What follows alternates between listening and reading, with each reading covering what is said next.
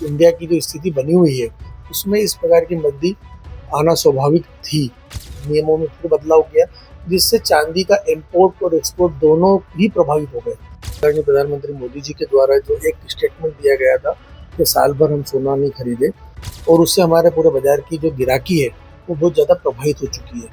अभी जो बाजार है सोने और चांदी का, इन सब बाजारों से कम हम लोगों को थोड़ा सा दूर रहना चाहिए। वर्ल्ड लेवल पे जो भी घटनाक्रम होंगे उसके हिसाब से पूरा बाजार चलता है।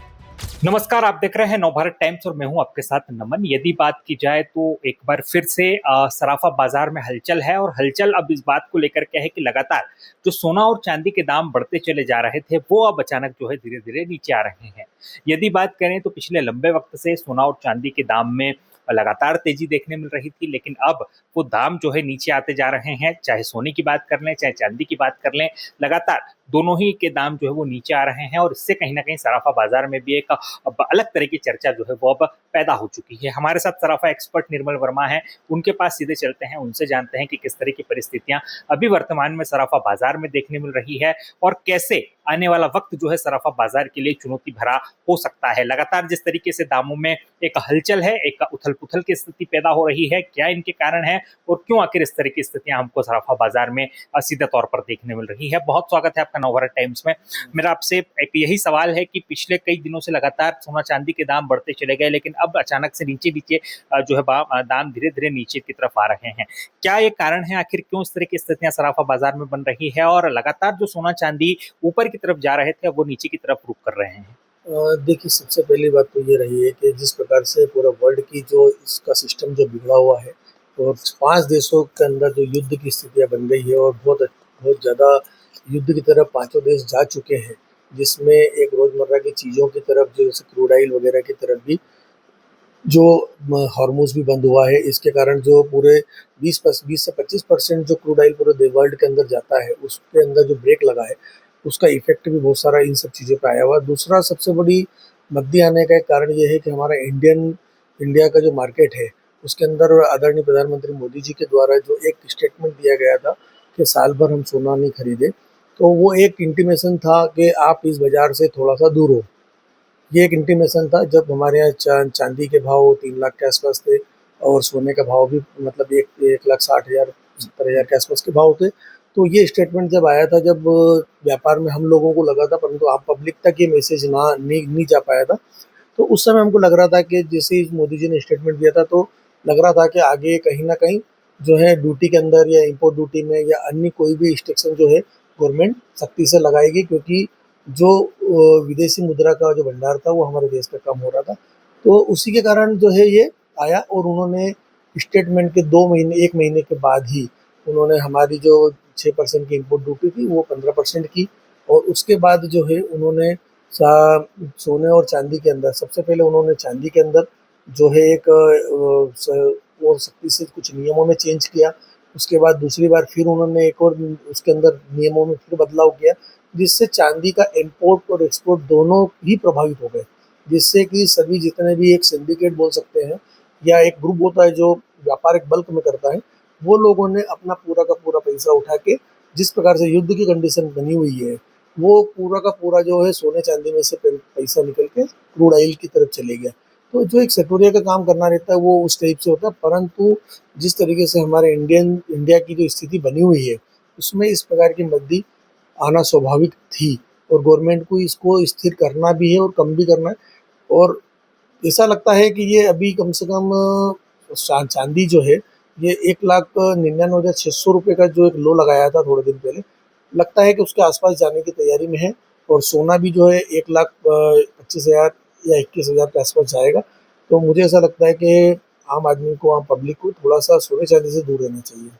अब क्या लगता है प्रधानमंत्री नरेंद्र मोदी की जिस तरह की अपील रही थी कि सोना और चांदी से थोड़ा सा दूर रहें, सोना कम खरीदें, आवश्यक नहीं हो तो बिल्कुल भी ना खरीदें, क्या लगता है उस अपील का कोई सीधा असर हमको यहाँ पर देखने मिला? उस अपील के बाद मार्केट में जिस तरह से लगातार सोने चांदी के दाम कम हो रहे हैं, उस अपील का कोई इस पर एक सीधा असर हमको दिख रहा है क्या?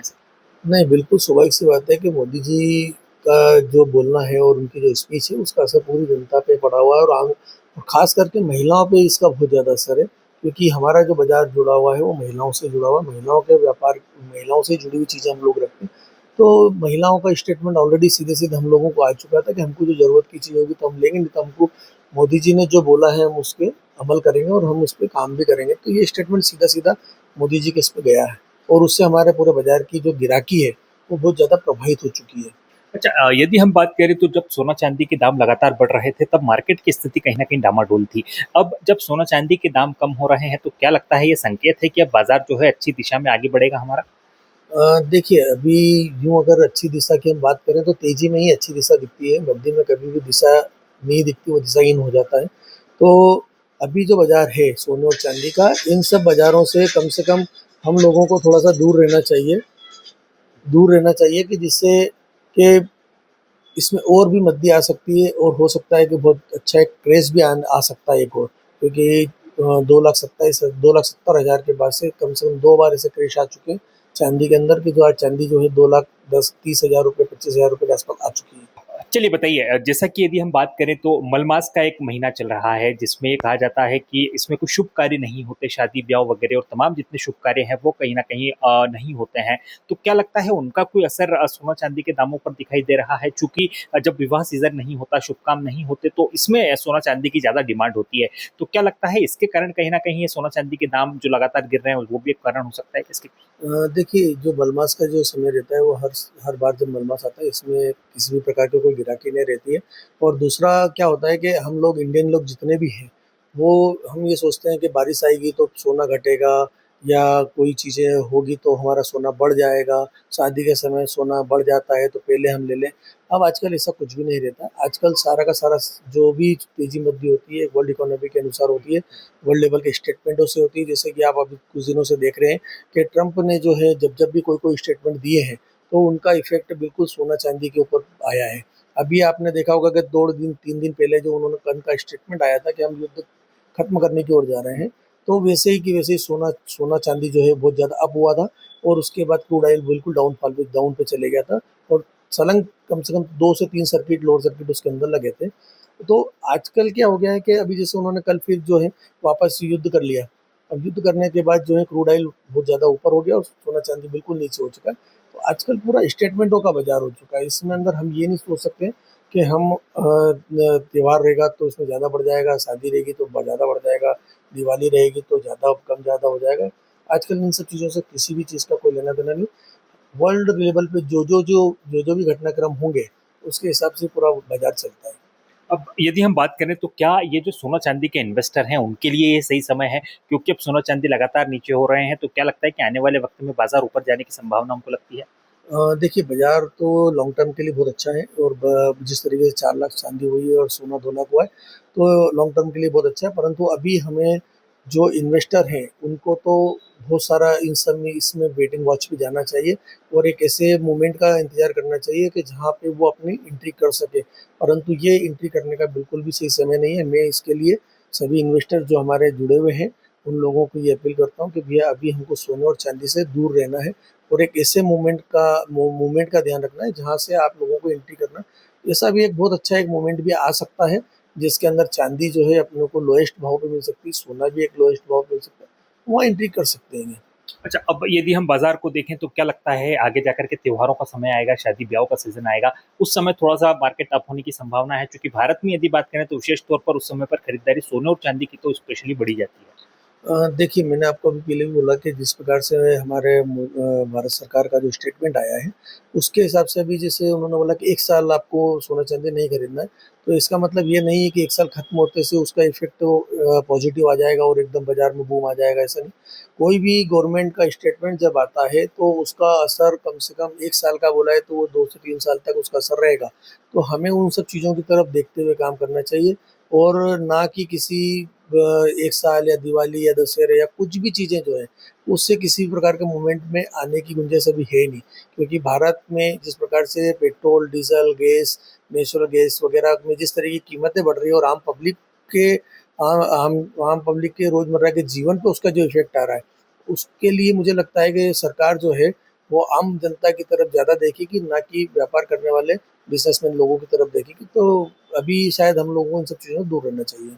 चलिए एक आखिरी सवाल आपसे मेरा ये है, कहाँ तक जा सकते हैं इनके दाम गिर कर के सोना और चांदी के? देखिए चांदी और सोने की अगर हम बात करें तो सोना जो है अगर हम ज़्यादा से ज़्यादा लोएस्ट अगर हम भाव देख सकते हैं तो 1,18,000 से 20,000, और चांदी के अंदर जो है आप मान के चलिए 1,80,000 से 2,10,000 5,000 के बीच का एक मूवमेंट आएगा। तो उस पे हमारे को एंट्री करना चाहिए, और वहाँ पे हमको इन्वेस्टरों को कहीं ना कहीं इन सब चीज़ों में एंट्री करके अपना व्यापार या अपना इन्वेस्टमेंट करना चाहिए। तो निश्चित तौर पे देखा आपने सराफा एक्सपर्ट हैं निर्मल वर्मा, जिनका स्पष्ट तौर पे मानना है कि जो आने वाला वक्त होगा ये अभी चुनौतीपूर्ण सराफा बाजार के लिए हो सकता है, क्योंकि जिस तरह की लगातार गिरावट दर्ज की जा रही है और जिस तरह का वैश्विक जो परिदृश्य बना हुआ है वो कहीं ना कहीं सराफा बाजार के लिए एक संकट की स्थिति आने वाले समय में पैदा कर सकता है। लेकिन अभी आने वाला वक्त बताएगा कि सराफा बाजार जिस तरह से लगातार गिरावट की तरफ अग्रसर हो रहा है, आखिर वो कहाँ जाकर रुकता है और कब इस बाजार में एक बार फिर से तेजी तो है वो देखने मिलती है। इंदौर से नवभारत टाइम्स के लिए नमन।